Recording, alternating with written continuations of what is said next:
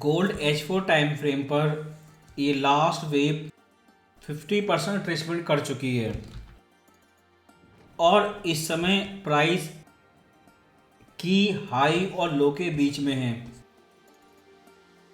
पिछले हफ्ते मार्केट ने कई बार ट्राई किया लेकिन प्राइस 1916 लेवल के नीचे ब्रेक नहीं हो पाया और फ्राइडे को फिर से ट्राई किया।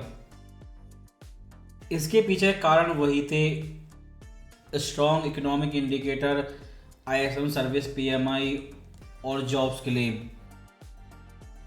क्योंकि स्ट्रॉन्ग इकोनॉमिक ग्रोथ से ये लगता है कि और भी ज़्यादा रेट हाइक होगा, लेकिन FOMC मेंबर एक ही चीज़ कह रहे हैं कि सितंबर FOMC मीटिंग में रेट हाइक नहीं होगा। घुमा फिरा के वो जैक्सन होल स्पीच को ही बता रहे हैं।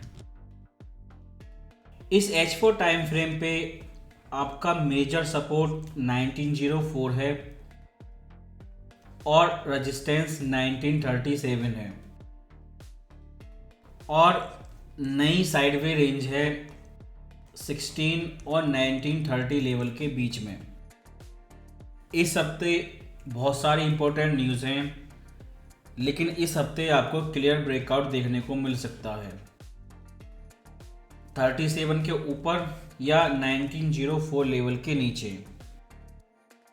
अगर प्राइस 1904 लेवल के नीचे ब्रेकआउट करता है, क्योंकि फ्राइडे को जब ये लास्ट वेव आई थी उस समय मार्केट सेंटिमेंट पूरी तरह बदल चुके थे,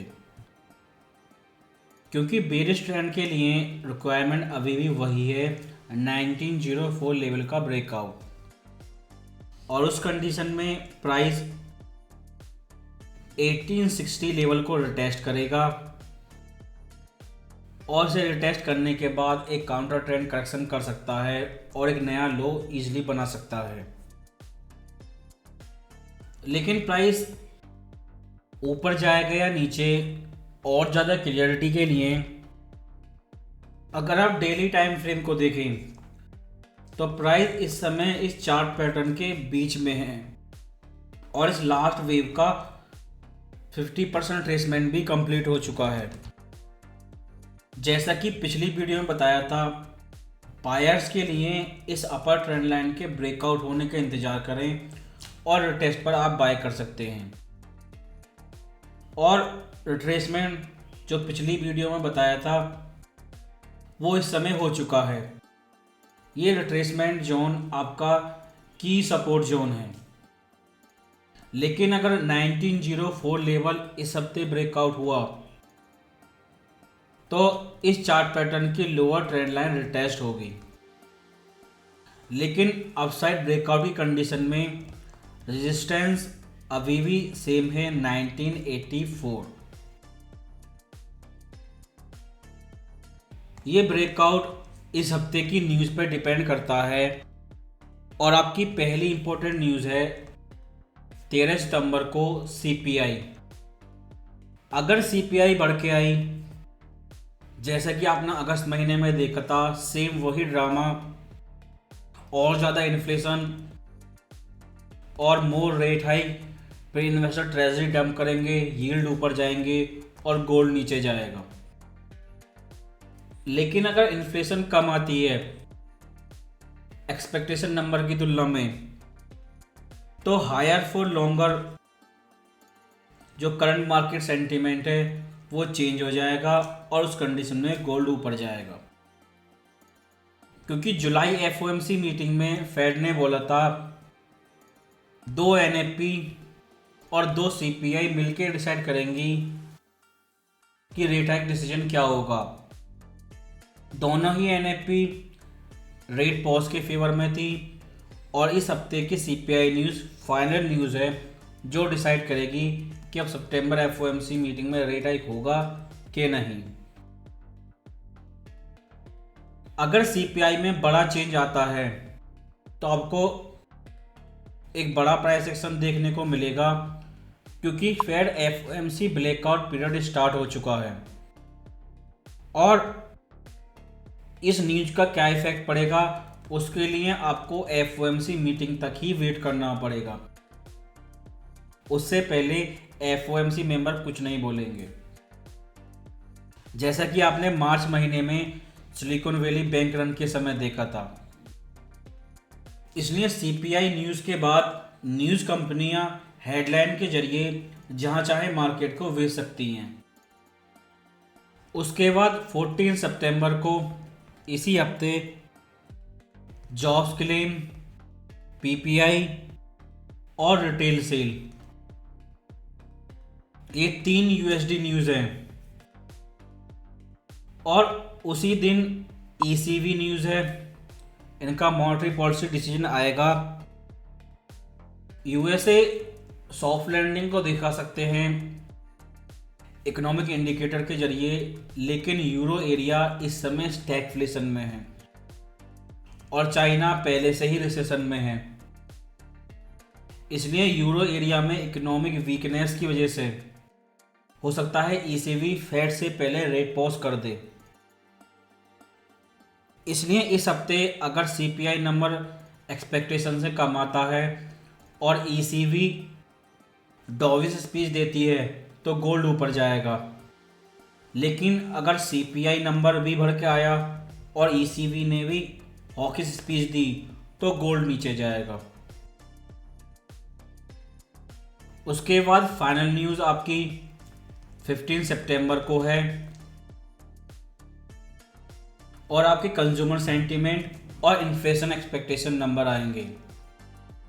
इसलिए अगर आप देखें तो इस हफ्ते लास्ट के 3 दिनों में सारा प्राइस एक्शन होगा और सीपीआई न्यूज़ और ईसीबी न्यूज़ के समय इन 2 दिन आपको बड़ा प्राइस एक्शन देखने को मिलेगा।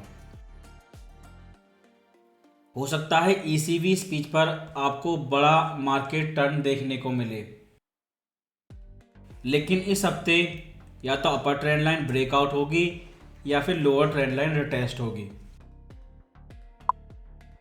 अगर आप वीकली टाइम फ्रेम को देखें तो इस चार्ट पैटर्न में अब बुलिश कैंडलस्टिक के लिए जगह नहीं है।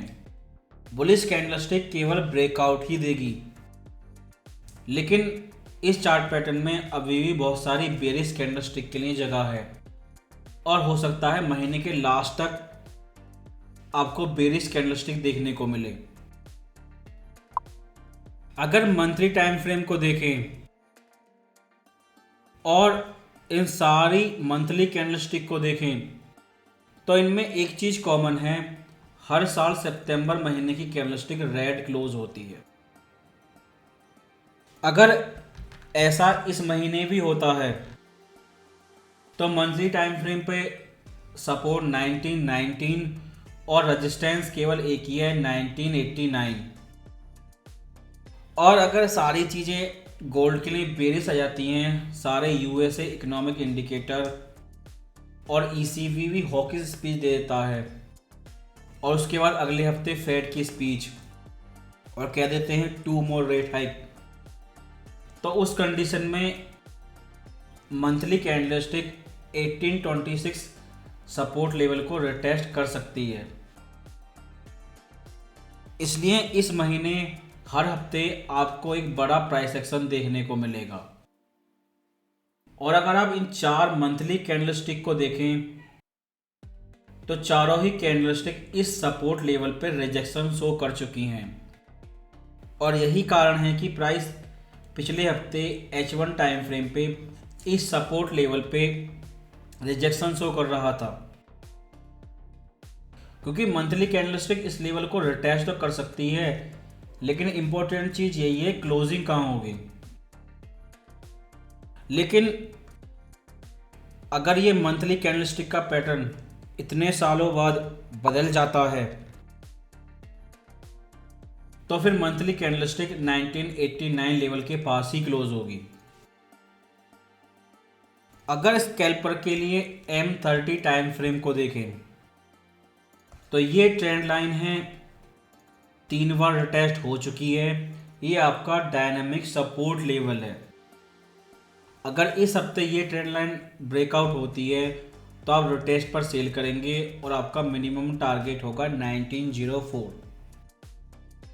अगर इस हफ्ते ये ट्रेंड लाइन सर्वाइव कर जाती है तो बुलिश कंडीशन में पहला रेजिस्टेंस 1937 होगा। इसलिए बिगिनर ट्रेडर के लिए आप केवल इन दो सपोर्ट एंड रेजिस्टेंस पे फोकस करें। लेकिन अगर सीपीआई नंबर बड़ा चेंज शो नहीं करता है, एक्सपेक्टेशन के अकॉर्डिंग ही आता है, तो एफओएमसी मीटिंग तक गोल्ड साइडवे करेक्शन भी करता रहेगा।